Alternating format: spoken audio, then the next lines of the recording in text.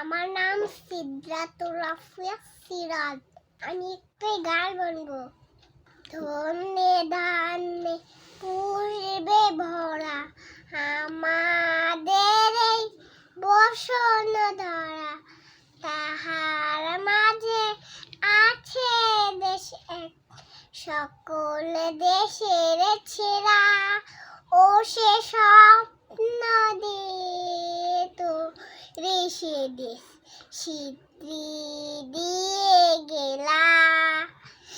এমন দেশটি কোথাও খুঁজে পাবে না কো তুমি, সকল দেশের রানী সে দেশ আমার জন্মভূমি।